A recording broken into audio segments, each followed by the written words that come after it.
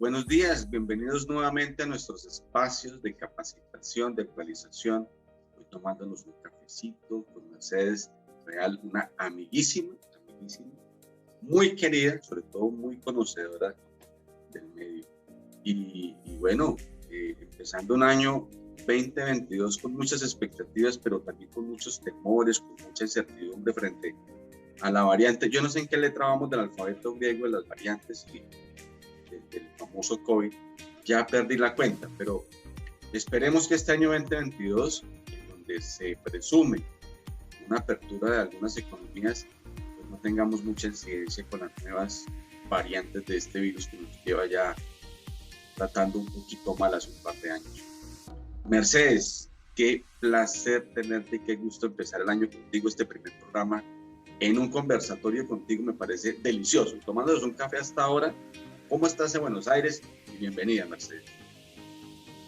Hola, buenos días. Muchas gracias por la bienvenida, muchas gracias por la presentación. Y para mí también es un placer ya 15 de enero ponernos en marcha en la primera quincena, estos días, y poder comenzar a tener estas charlas aeronáuticas, tomarnos un cafecito de por medio. Y bueno, igual que vos, no sé en tu zona por qué letra estarán del alfabeto griego. Aquí estamos por la Omicron, que aparentemente viene muy contagiosa, pero más leve en cuanto a la gravedad. Así que bueno, acostumbrándonos a esta nueva normalidad, haciendo la parte de nosotros y tratando de seguir la vida con esto. Bueno, y los contrastes que hay ahorita, ¿no? Aquí en Colombia, unos fríos tremendos, unas sensaciones térmicas muy bajas y Buenos Aires ardiendo de calor. Sí, eso es correcto. Como te comentaba en este momento, siendo las 8 de la mañana en Bogotá, es las 10 de la mañana en Buenos Aires, tenemos 36 grados y ayer tuvimos temperaturas de casi 43 aquí en Buenos Aires. En el norte del país han sido aún superiores, estamos atravesando una ola de calor. En Antártida se registró hace 2 días 11 grados de temperatura, que es la temperatura de agosto en Buenos Aires. Increíble. Así que algo estamos haciendo con el planeta, además de Omicron, algo estamos haciendo que vamos a tener que prestar atención y darle un poco de cariño, me parece. Y yo creo que nos está cogiendo la tarde también ya para ponerle cuidado a lo que estamos haciendo en la realidad.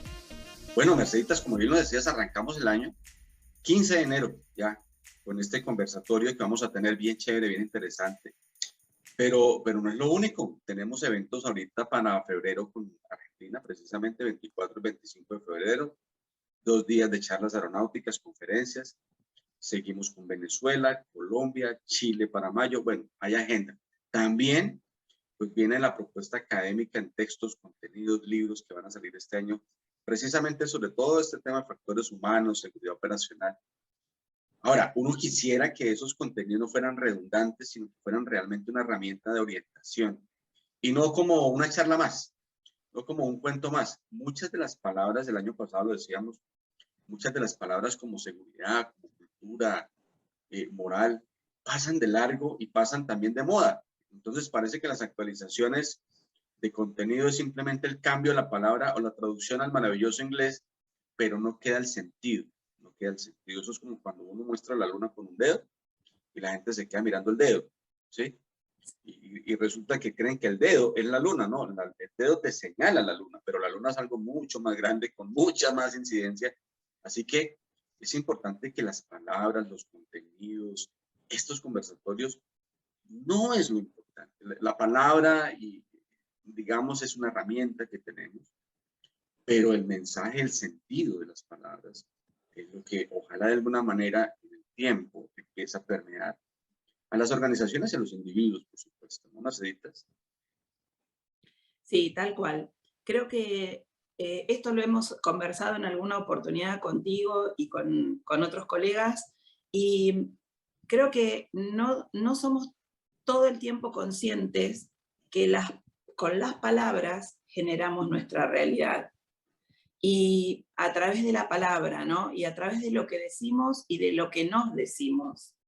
Creo que tampoco somos conscientes todo el tiempo de cómo las herramientas blandas interfieren modificando esa realidad y cómo afectan a los factores humanos, a la conciencia situacional, al trabajo en equipo, ¿no? Cómo, según cómo nosotros nos apreciamos a nosotros mismos, eso incide en nuestra actividad y en nuestra vida diaria, ¿no? Un poco hablando de que es bueno, me da la sensación esto de tener confianza, pero cuando esa autoconfianza es excesiva, de qué manera negativa influye en nosotros y en nuestro entorno. Sí, pues es que Mercedes, precisamente, a mí me parece bien interesante esa coincidencia que tenemos más allá del cafecito, el mate, la agüita, en el sentido en que Mercedes, pues es piloto, propietaria de aeronaves, gerente de empresa, mejor dicho, de esas personas que yo considero integrales, ¿no? Entonces conocen la operación desde todas las perspectivas diferentes. O sea, la operación no solamente es landing gear down, ¿no? Flaps up, flap down, no. También la operación es cuánto nos cuesta el landing gear down, cómo se administra ese aparato aéreo, cómo generar, ¿no? Oportunidades de negocio, cómo crecer. Recordemos que el 95% de la actividad aeronáutica es aviación, no aerolíneas. Entonces, y precisamente ahí hay un gran soporte estructural del sistema aeronáutico. Entonces, me parece muy interesante que un piloto, instructor, administrador, gerente, propietario, promotor, llegue a semejantes conclusiones con referencia a las competencias blandas o no técnicas. Y es que no hay la menor duda de que definitivamente estas competencias son y serán la parte estructural del cambio y de quienes quieran permanecer, ya sea como negocio, como actividad, como propuesta en el sistema, tendremos que apuntarle las competencias no técnicas. Bueno, y acabas de mencionar una palabra que es el sentir de esta conversación, ¿no? La autoconfianza y el exceso de autoconfianza. Yo creo que es un tema bien importante y además que ha sido muy natural por los, no solamente pilotos, también técnicos, ingenieros. El tema de la autoconfianza es una de esas palabras que también parece que pasan fácil por nosotros, pero que tienen mucha incidencia. Primero uno consideraría, Mercedes, no sé si estoy equivocado, quisiera conversarlo, que la autoconfianza es necesaria para desempeñarnos en un ambiente tan complejo como el aeronáutico, ¿no? Con una interrelación bastante interesante en entornos difíciles, ¿no? La interacción incluso con el riesgo. Es importante tener autoconfianza, es importante el ego primario en el ser humano, supongo, ¿no? Sí, por supuesto. Y aquí me gustaría, sería fantástico que pudiéramos contar, por ahí lo podemos dejar para otra oportunidad en la que pudiéramos reunir a algunos de las personas con las que trabajamos habitualmente, un psicólogo aeronáutico, eh, porque yo puedo hablar desde mi experiencia o desde mis herramientas, pero no soy psicóloga. Eh, y me parece que a veces confundimos la autoconfianza con la autoestima, con la autovaloración. Es absolutamente necesaria la autoconfianza en cualquier actividad, en la aviación también. Más allá del rol que desempeñemos, como pilotos, como personal de mantenimiento, como ejecutivos en la empresa, financieros, relaciones humanas, el departamento que sea, necesitamos la autoconfianza, pero me parece que a veces se confunde la autoconfianza con la autoestima. Cuando la autoconfianza está, repito, no dicho por una psicóloga, pero llena de ego, cuando es excesiva, creo que desde el punto de vista de mi experiencia como piloto, a veces hace que confundamos los límites, que se nos vuelvan borrosos y que tengamos comportamientos que van más allá de lo estandarizado, que hagan que en algún momento violemos algún procedimiento, algo que esté estandarizado y normado. Sí, yo pienso que, mira, nosotros molestamos mucho y decimos que los pilotos somos ególatras y una cantidad de cosas. De hecho, yo pienso, y lo digo en mis charlas por ahí, el prerequisito de un piloto para ingresar al sistema es que sea ególatra, porque si no, no sirve. Y nos reímos mucho, Sí. ¿sí? Pero definitivamente, como lo hemos hablado con el doctor Modesto Alonso y con otras personalidades de psicología aeronáutica, especialistas, incluso en neurociencia, es necesario tener cierto autoconfianza, cierto autovalor, cierta credibilidad en uno mismo para enfrentarse a semejantes situaciones, ¿no? Es absolutamente claro y es relevante. Ahora bien, lo que tú dices es absolutamente cierto, ¿no? O sea, cuando esa autoconfianza me hace pensar que puedo llegar a el borde de los límites y algunas veces pasarlo. Ahora, consecuencia no solamente del individuo. Nosotros hemos tenido unas eras, unas épocas en las que se consideraba que saberlo todo y dominarlo todo era señal de éxito, era señal de capacidad. Entonces, esa época de la parte cognitiva del ser humano, donde el piloto tenía que saberse toda memoria y cuántos pernos tiene el case del motor, era época en donde creíamos que saberlo todo era precisamente señal de éxito. Entonces, la información autocontenida pues nunca será suficiente porque esto cambia muchísimo y muy rápido. Pero el creer que yo tengo más capacidad que otro me puede llevar a unos límites más allá que otros. Entonces, en teoría, había pilotos que inclusive las empresas los creían muy buenos porque tenían más arrojo o afrontaban más riesgos que otros. Entonces, este piloto sí fue capaz de entrar a un aeropuerto y el otro no fue capaz de entrar. Quizás el que no entró conoció los límites, respetó los límites y pasó. Y dijo, no, yo no aterrizo en ese aeropuerto en estas condiciones. El otro creyó que tenía más capacidades. Y pienso yo, Mercedes, que esas más capacidades es cuando uno entiende equivocadamente el entrenamiento. Y uno cree que el entrenamiento le da más capacidad para llegar a más límites. El entrenamiento tiene esa doble función, ¿no? O sea, me reduce la probabilidad de errores o si yo me amparo en el ego, puedo creer que tengo más capacidades que otro y entonces llego a más límites que otros. ¿Has percibido tú también ese ambiente? Sí, por supuesto.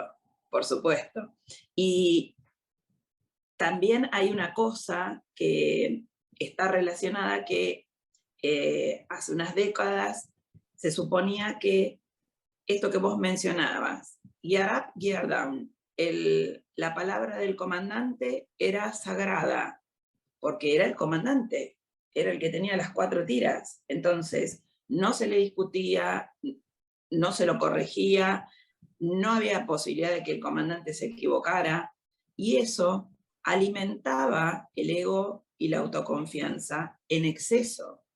Por supuesto, para toda actividad es necesario tener un nivel de autoconfianza. En algunas se necesita más que en otras, pero no tiene que cegar la autoconfianza la posibilidad de que uno pueda ver sus propias limitaciones. Es importante ser consciente de las propias limitaciones.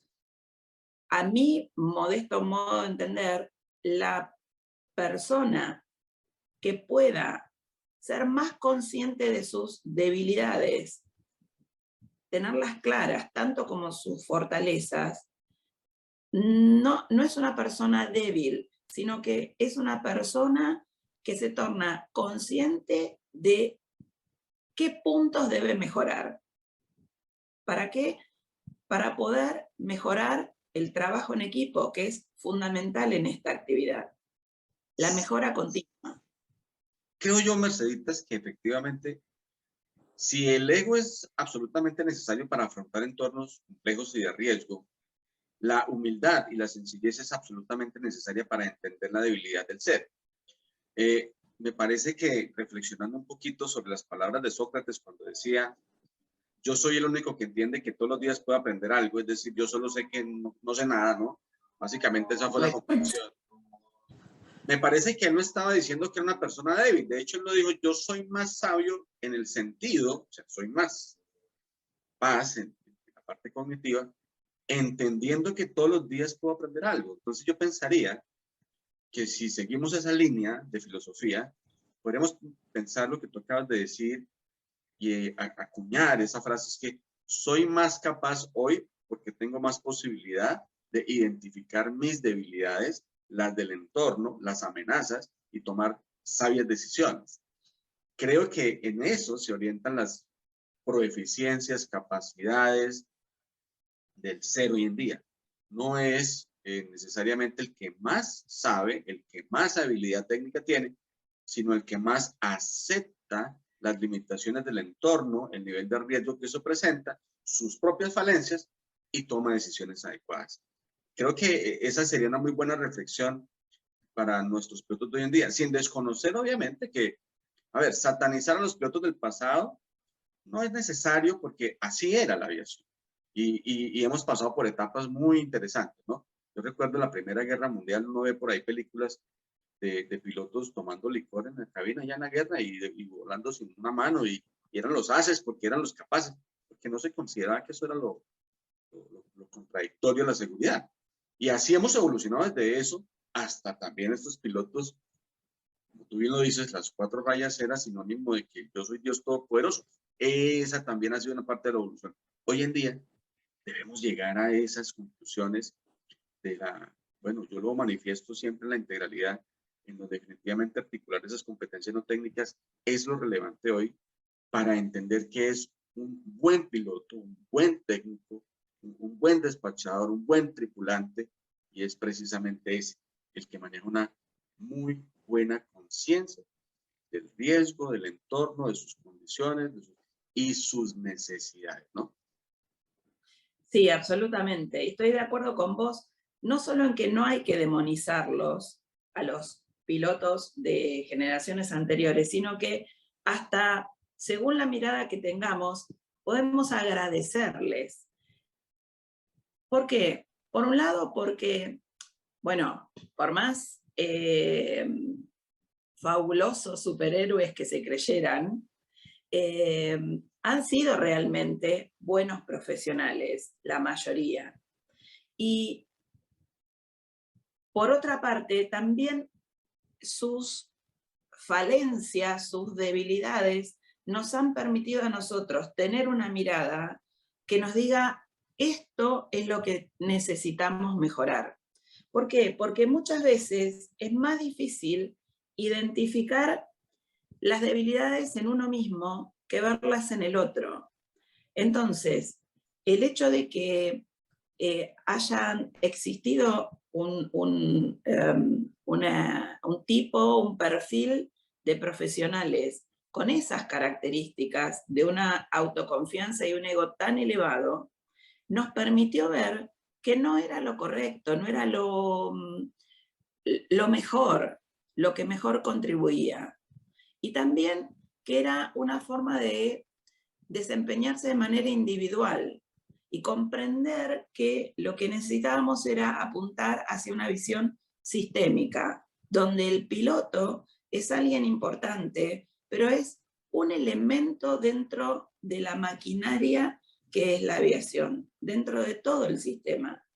¿Importante? Sí, pero tan importante como el resto de los elementos, como el resto de las personas que la integran. Oye, yo pienso que has mencionado unas palabras supremamente estructurales y supremamente interesantes, ¿no? Esto, definitivamente esa visión sistémica, que muy seguramente en la gran parte de nuestra población todavía no se interpreta la visión sistémica, pues es el de qué vamos a hablar aquí los próximos 40 años, ¿no? Como ahorita que de pronto miramos hacia atrás y hablamos de la estrategia militar de la aviación como una historia linda, algún día hablaremos también de las empresas de aviación como una historia linda, porque estaremos ya sentados en organizaciones aeronáuticas que ven todo de manera sistémica. Allá tenemos que llegar definitivamente. Bueno, y creo que estamos abusando aquí, tú y yo, como pilotos de la disciplina de la psicología aeronáutica, porque bien lo has dicho, ninguno de los dos somos psicólogos, pero bueno, ahí también está lo interesante y es cómo la parte operativa, técnica, administrativa es consciente de que la psicología aeronáutica debiera estar acompañándonos más allá de lo clínico en toda esta visión sistémica, organizacional y del ser humano como parte estructural del factor humano que a la final conecta toda la actividad, ¿no? Pues aprovecho y quisiera robarme aquí un segundito, Mercedes, si me lo permites, para darle un gran saludo a la doctora Belén Fontes de Brasil, que nos hizo precisamente una consulta sobre cuándo y cómo la autoconfianza se convierte en un peligro, ¿no? Cómo esta autoconfianza se transforma y este ego se transforma o transforma al individuo en un individuo peligroso. Y ahí, pues abusemos otro poquito más de la psicología, Marcela, si te parece, porque alguna vez hice esa pregunta. ¿Por qué una persona que conoce la razón, conoce la norma, conoce la limitación, conoce el fundamento, toma una decisión diferente y actúa de manera diferente, no necesariamente contradictoria? Supongamos que solamente omitimos la norma, omitimos la razón por un instante, omitimos los límites por un segundito. ¿Qué es lo que motiva al ser humano a actuar así? Ella me decía algo que me cambió mucho también en mis conferencias y en el último texto, que el ser humano está motivado muy fuertemente y quizás más fuertemente por las emociones y los sentimientos que por la razón. Entonces, habría que mirar de manera muy cuidadosa el evento particular, el momento presente en donde alguien omite, así sea de manera temporal, la razón, la norma, el límite, para actuar. ¿Qué motivó desde la emoción, desde el pensamiento, a ese comportamiento de esa persona en ese momento? Interesantísimo, porque eso está considerado también dentro de la filosofía de la seguridad operacional, ¿no, Mercedes? Sí, absolutamente. Y justamente dentro de esa filosofía de la seguridad operacional, vos y yo sabemos que hay oportunidades en las que uno viola una norma y justamente el motivo que la lleva a violarla es lo que hace la diferencia. Cuando vos excedes una norma, te excedes en un procedimiento para evitar un mal mayor. Bueno, a veces tiene una justificación. ¿Actuó la emoción? Sí, actuó. Lo que también hay que ver es qué resultado se obtuvo de eso. Cuando es algo que es aislado, que es, digamos, con una justificación, pero otra cosa es cuando esa violación a la norma se vuelve algo constante. Correcto, hay que mirar cuál es la emoción que lo produce. Porque es cierto, como te dijo esta persona, que las personas actuamos acordes a las emociones. A veces esas emociones están ligadas al ego, pero a veces están ligadas a la supervivencia. Entonces, hay situaciones en las que, ya te digo, entre comillas se puede llegar a justificar, pero no cuando eso se vuelve una actitud habitual. Sí, yo he tenido la oportunidad, por mis funciones, ¿no? La parte administrativa, de escuchar muchos descargos de pilotos, bueno, N cantidad de personas, de por qué hiciste esto, ¿no? Porque cuéntanos qué pasó. Y bueno, he llegado a una conclusión muy sencilla. Cuando no hay un fundamento, hay una excusa. Cuando no hay una excusa, hay un culpable. Siempre tratamos de manejar el tema así. Entonces, porque la persona cree que tiene un fundamento y cuando se desvirtúa el fundamento, bueno, entonces será una excusa. Pero cuando ya hay un vacío en la excusa, siempre hay a quien decirle por qué lo hice, ¿no? Hay un culpable. Lo interesante de ese diagnóstico, de ese descargo, por decirlo así, porque honestamente la filosofía en seguridad operacional no busca culpables realmente, sino busca es detrás de todo, si quitáramos todas las cortinas de qué falló tecnológicamente, qué falló en la norma, qué falló en el entrenamiento, estamos buscando es cuál proceso organizacional realmente no existía, era inadecuado o estaba mal estructurado o simplemente hay que construirlo.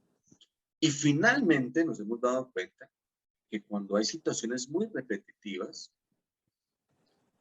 tú decías algo importante ahorita, y habría que agradecerle mucho a esos pilotos que nos enseñaron hoy en día todo esto a través de sus comportamientos, que tuvieron consecuencias no muy buenas.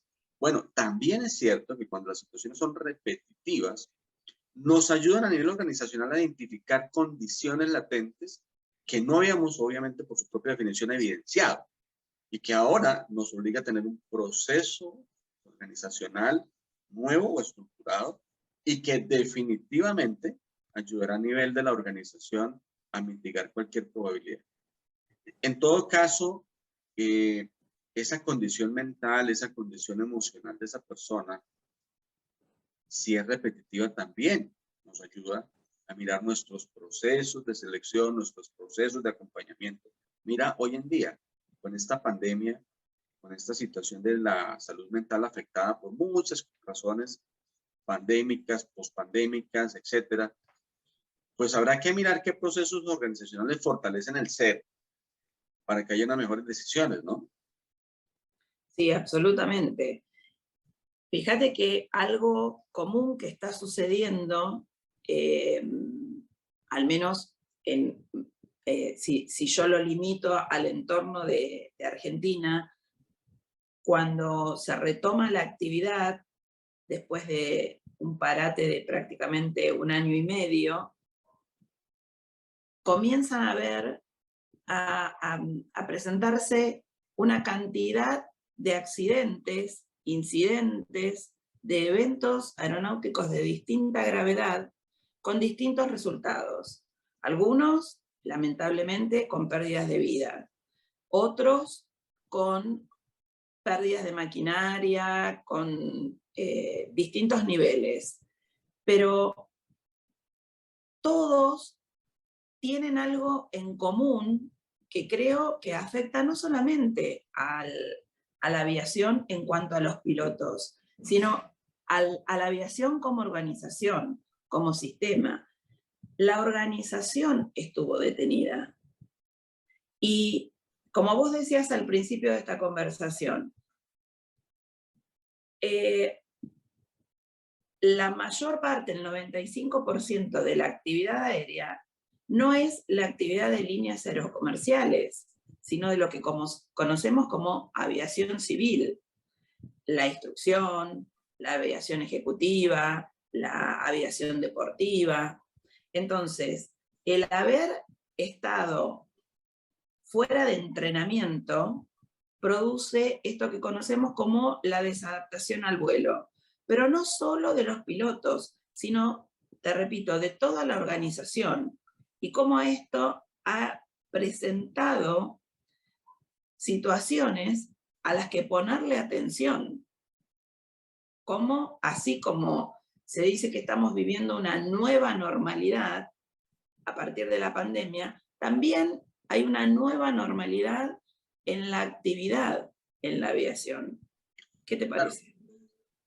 Y quizás esos nuevos normales que entran a operación llegarán de alguna manera con ansiedad a querer demostrar que tienen las condiciones y que tienen la capacidad de continuar en una actividad y quizás con el ánimo de también las organizaciones de recuperar un terreno perdido a nivel corporativo, tendrán también la ansiedad de la parte financiera. Y entonces allí es posible que eso influya, por supuesto que lo va a hacer, va a influenciar las decisiones, las emociones, los pensamientos y nos llevará a recurrir al ego del individuo y al ego organizacional para poder operar. A propósito, me parece que otra, Mercedes, hablando de esta aviación, aquí en Colombia la llamamos la aviación general. La aviación general, digamos, es toda la que no es aerolíneas. Y que pues contiene algunas especialidades, ¿no? La aeromédica, la agrícola, la de entrenamiento, bueno, etc. A propósito de esto, sucede algo que me parece que también influye en este ego y en este aumento del riesgo cuando las personas creen que tienen más capacidades para poder hacer algunas operaciones. No sé si de pronto coincides en que por mucho tiempo se creyó que el tamaño del avión era el tamaño de las capacidades del individuo que está sentado en esa cabina. Entonces, el piloto que vuela un 747 tiene más capacidades que el que vuela un PA-28. Así nos enseñaron a pensar. Uy, ese tipo tiene que ser, ¿no? O el que vuela bueno, en Argentina será un Pucará, será ¿no? Un Canberra, ya estos aviones militares. Acá en Colombia será un Cafid, qué sé yo. Pues es un piloto que como el avión es más rápido, pues tiene más capacidades que volar, digamos, un Cessna 150. Nos enseñaron a pensar que las capacidades del avión son directamente proporcionales a la capacidad del piloto. Entonces, hasta ahí vamos bien. El problema es cuando un piloto es multifuncional en la aviación general, en donde se baja de un Kinect 350 para volar un Cessna 150, entonces cree que tiene más capacidades para volar un Cessna 150. Y entonces tratará también de que ese ego, esa credibilidad lo lleve en el Cessna 150 a hacer cosas que no están en la operación normal o natural de un Cessna 150. Y creo que eso también nos ha presentado un gran margen de accidentalidad y de catástrofe, ¿no? Sí, estoy de acuerdo. En mi caso en particular, me sucedió y me sigue sucediendo muchas veces que cuando me preguntan a qué me dedico ya, el decir que soy piloto es como decir que soy un perro verde, más o menos. Ahora se está tornando de verde a marroncito, lo están aceptando un poco más. Pero la siguiente pregunta, después que pasa la sorpresa, es: ¿y qué volás? ¿Volás en aerolíneas? No, vuelo en aviación ejecutiva. Ah, sos piloto de avioncitos. Sí. Eso puede ser hasta gracioso cuando proviene de una persona que no es del medio aeronáutico. Lo grave es cuando esa creencia que vos decís se encuentra dentro de personas que pertenecen al medio aeronáutico. No es tan así, pero sí, como vos decís, esto de que muchos confunden que las capacidades de la aeronave son las que reflejan tus capacidades como piloto. Y no es así, en absoluto. Hay muchas personas que, como vos decís, vuelan un turbohélice, pongamos un Kinect 350, y luego van a dar instrucción en un Cessna 150. Perfecto. Muchos son, gracias a Dios, la gran mayoría son correctos profesionales.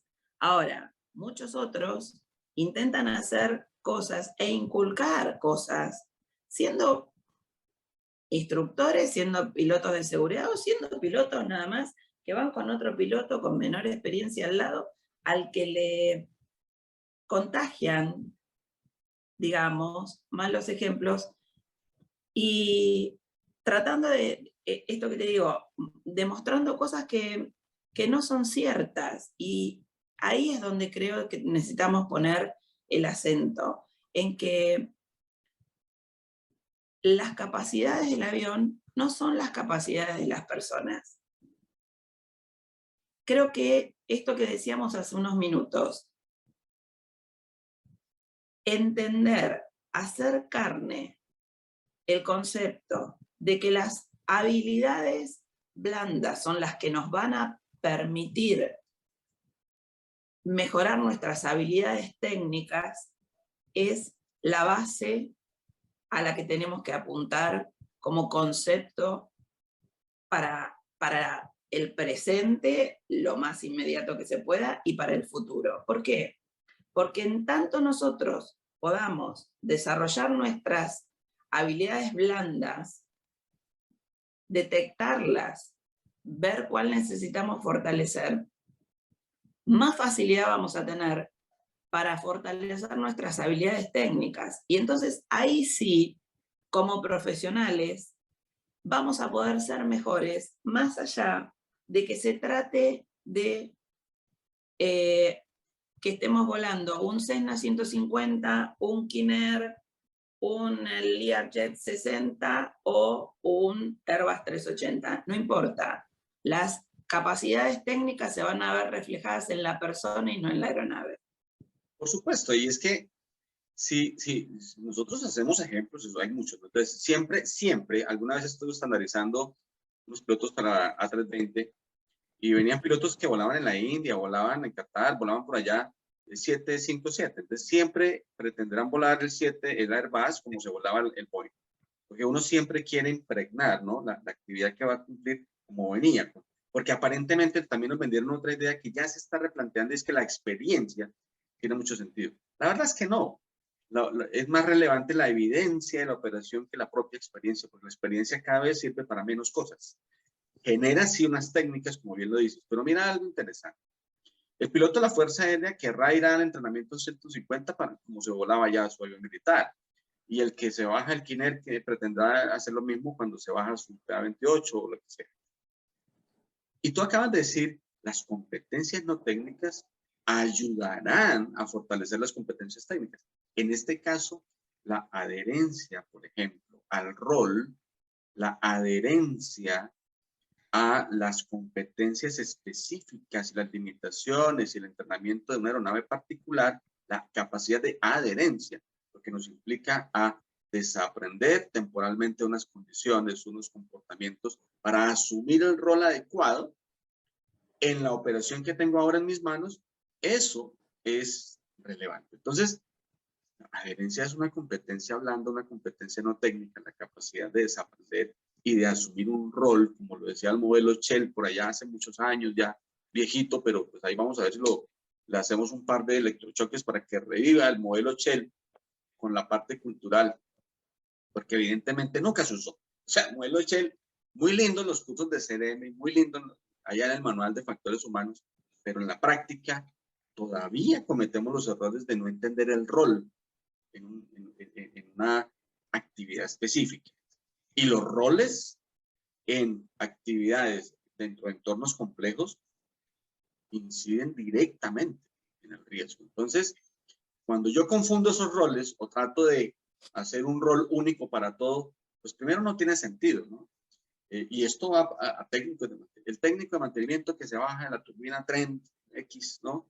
Allá hacerle mantenimiento a un magneto en un avioncito, cree que tiene más capacidades y de pronto termina dañando el magneto porque no tiene ni idea de ese magneto, no sabe cómo funciona ese sistema eléctrico.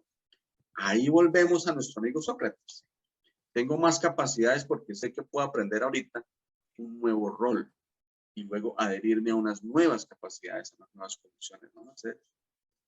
Sí, y esto que vos decís, la habilidad blanda de la adherencia es importantísima, y sobre todo si podemos tener la fortuna de acompañarla con otra habilidad blanda, la flexibilidad.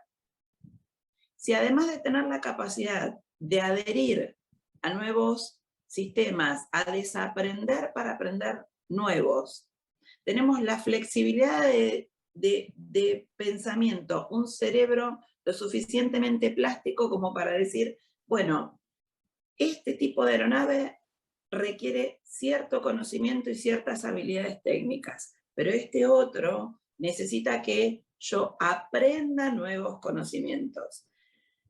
Mi función ahora es, como vos decías, un mecánico. Mi función en este momento es reparar la turbina de un 737-800.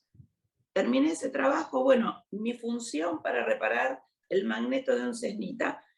Debo poder olvidarme, aunque sea momentáneamente, de ese bagaje de conocimientos que tengo de esa turbina para poder tener la plasticidad de aprender sobre un nuevo motor, sobre otro nuevo. No porque sea más pequeño, sino porque es distinto.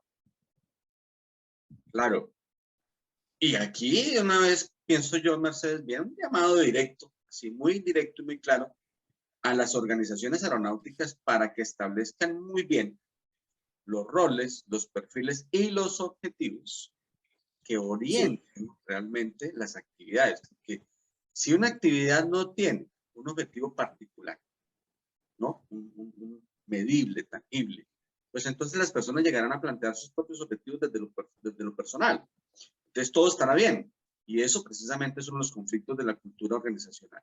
Entonces, aquí yo he llamado a las organizaciones a decir, ven, usted ya determinó muy bien el rol, determinó muy bien las competencias de esa actividad, determinó muy bien el objetivo y habrá un proceso que lleve, ¿no? Porque es que no es que se desconozca la capacidad está, es intrínseca en el ser, pero hay que generar herramientas que nos permitan mantener un objetivo común y no un objetivo particular. Entonces allí las organizaciones deberán muy de cerca crear, construir, reparar, vigilar esto que estamos hablando, los roles, las competencias, los perfiles, los objetivos, para que una persona pueda desempeñarse de manera abierta en un sistema que lo permite, porque no, una cosa no limita a la otra.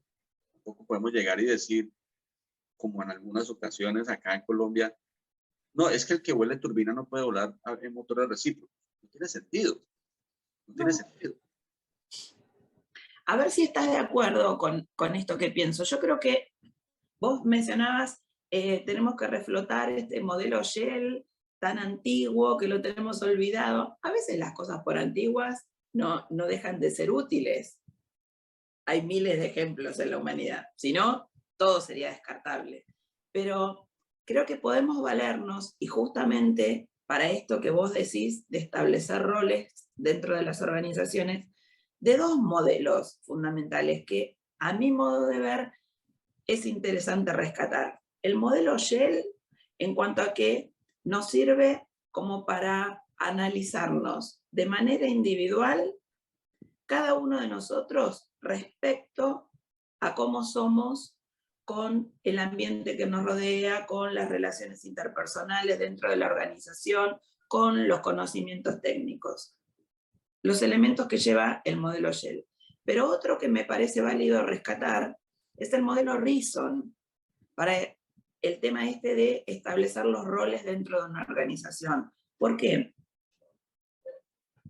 Y esto es lo que te pregunto si estás de acuerdo. El modelo Shell como algo que nos da una mirada hacia nosotros mismos. Y el modelo Reason que nos sirve para mirar a la organización. ¿Por qué? Porque si nosotros necesitamos como organizaciones trazar objetivos y determinar roles, es en el contenido del modelo Reason donde vamos a encontrar dónde se generan las políticas, quiénes las generan, cuáles son los roles que están a cargo, qué objetivos tiene esa organización, qué barreras ponemos, con qué barreras contamos para gestionar los errores. No Bueno, sé si estás de acuerdo. Yo te digo lo siguiente con respecto a eso y creo que es muy valioso lo que estás diciendo. Es que el problema no lo tiene el modelo.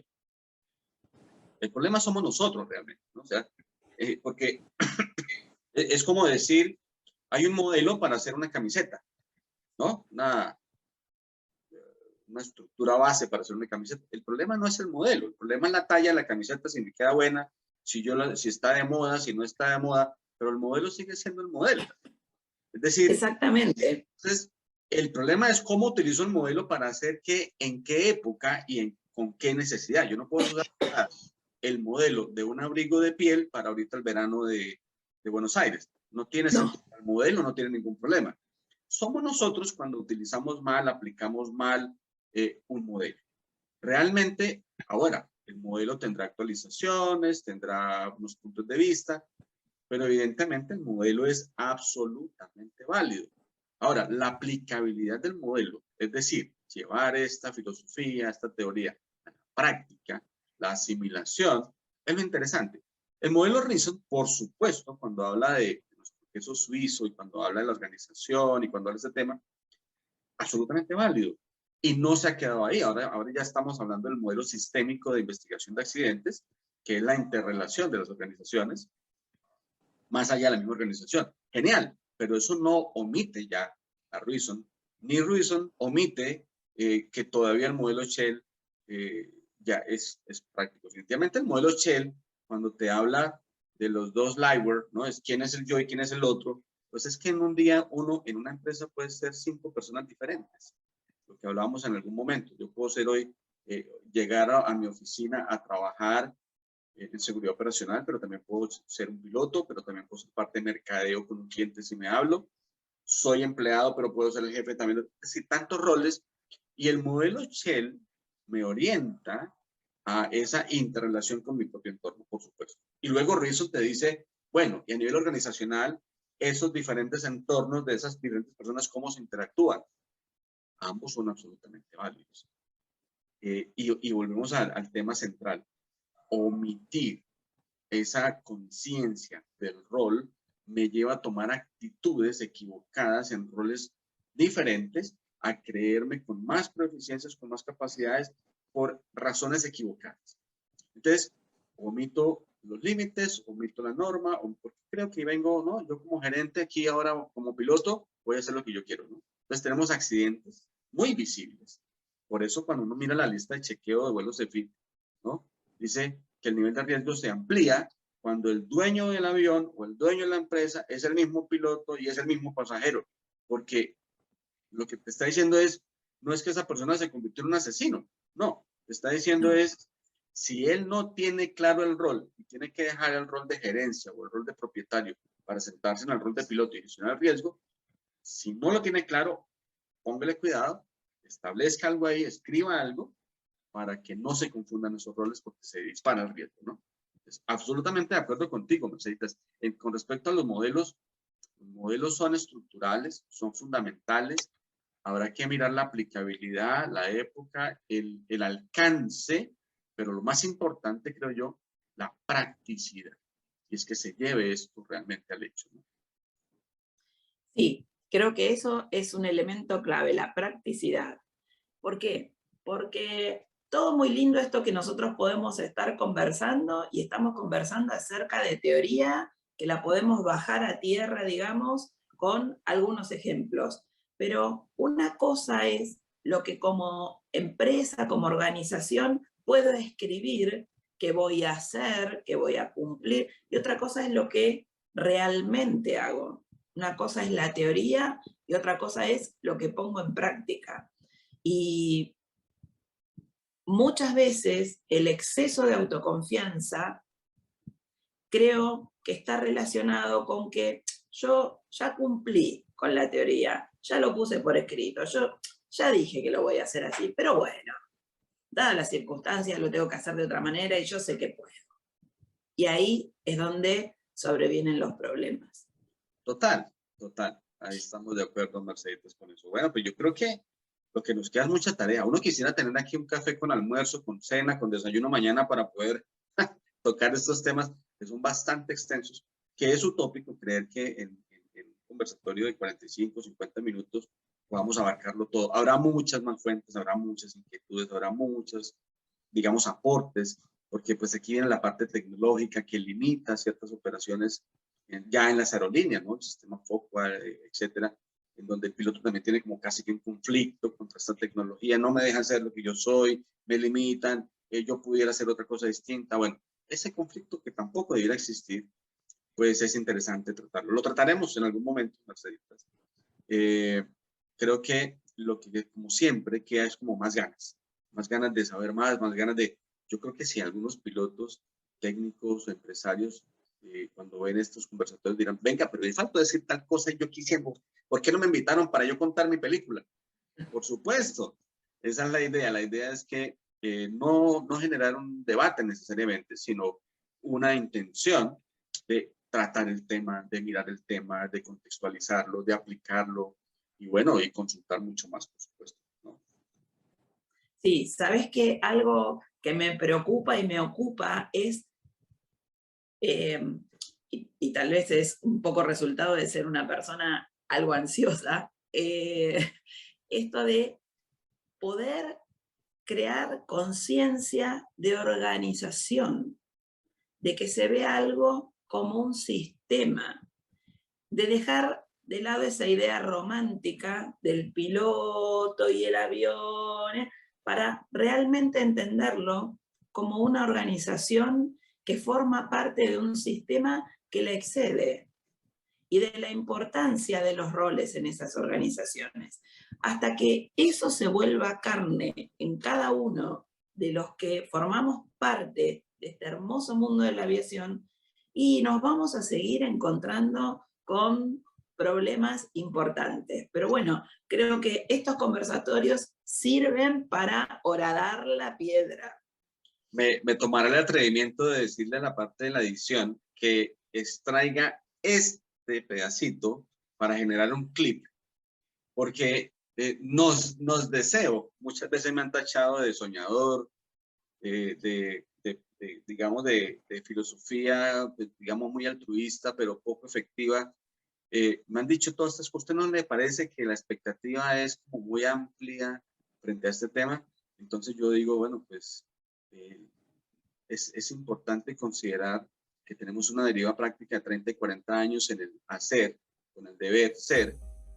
Luego mi expectativa muere porque no tengo esa expectativa. Estoy seguro que tenerla sería muy frustrante, pero sí considero que esta tarea hay que hacerla.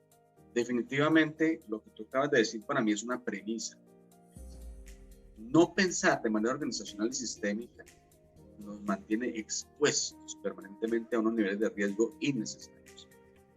Es relevante y será relevante por los próximos 20 y 30 años esta migración, sin desconocer, como en alguna época cuando vemos las películas en blanco y negro, ¡ay, qué linda esa época! No, qué belleza.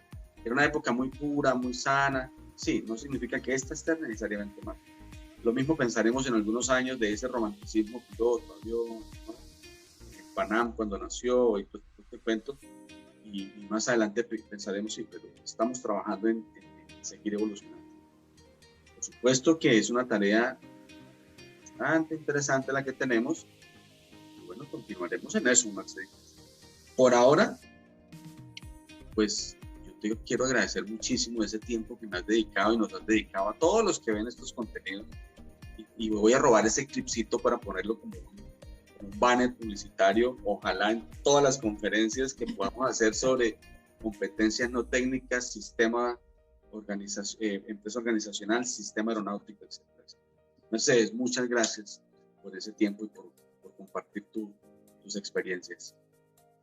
No, gracias a vos por invitarme, por darme esta oportunidad y por esto de conversar, cafecito, agüita de por medio, y tratar de hacer esto, de fomentar, de horadar la piedra, de picar el seso como el pájaro carpintero, ¿viste? Cuanto más y más y más hincapié hagamos, bueno, se va a hacer realidad. Creo que es parte del romanticismo también que tiene uno y que nos impulsó a ser pilotos, a vos, a mí, a todos los que lo somos. Si no fuéramos un poquito soñadores, no hubiésemos elegido esta profesión y seguido esta pasión. Por supuesto que así es parte de nuestro amor por lo que hacemos, por el cariño que le ponemos a esta tarea. Bueno, un saludo muy grande a las asociaciones de psicología aeronáutica, ULAPA, ACPA, ABEPSA, etcétera, que nos acompañan. A todo el equipo de trabajo que la semana pasada tuvimos la oportunidad de reunir alguna parte y nosotros va a seguir este año. Muchas gracias a todos quienes ven estos contenidos, los comparten. Sé que en algunos centros de entrenamiento lo utilizan de alguna manera como un fundamento. Así que muchas gracias a todos por participar, por acompañarnos y nos vemos la próxima semana con otro contenido. Mercedes, un abrazo enorme a ti, a esa ciudad que amo y que quiero muchísimo, Buenos Aires. Así que nos vemos pronto. Chao, Merceditas. Chao, chao. Te envío un caluroso abrazo. Chao, chao.